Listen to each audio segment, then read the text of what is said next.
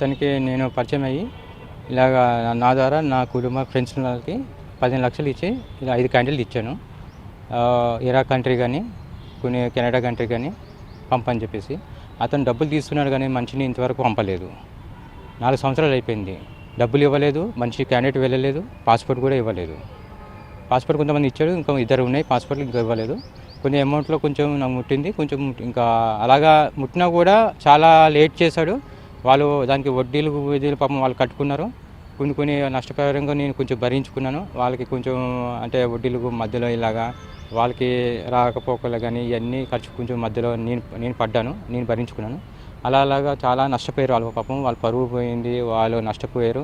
ఇంటికి తల ఎత్తుకోలేకుండా చేశాడు 4 సంవత్సరాల నుంచి. 2 సంవత్సరాల నుంచి పెట్టుకుని వాళ్ళు బయటికి వెళ్దామని చూసుకుంటే పనిలో పెట్టకుండా, జాబ్లో పెట్టకుండా, పాస్పోర్ట్ ఇవ్వకుండా, ఇంటికి పోనీయకుండా చిత్రహింసలు చేశాడు. అలా డబ్బులు ఇవ్వడానికని నేను వెళ్తే ఇంతకుముందు ఒకసారి అత్యాచారం చేశాడు. కానీ అప్పుడు నేను 100 డైలు కొట్టాను, తప్పించుకున్నాను.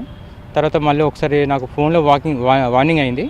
కానీ అది దాని కాకుండా మళ్ళీ మొన్న డబ్బుల కోసం నేను ఇంటికి వెళ్తే నన్ను కొట్టేసి నా గొంతు పిసికేసి నా పేపర్ మీద బలవంతంగా వాళ్ళు మ్యాటర్ రాయేసి ఏమీ లావాదేవీలు లేవని, నాకు ముట్టేసిందని చెప్పేసి బలవంతంగా నాతో సంతకం పెట్టారు.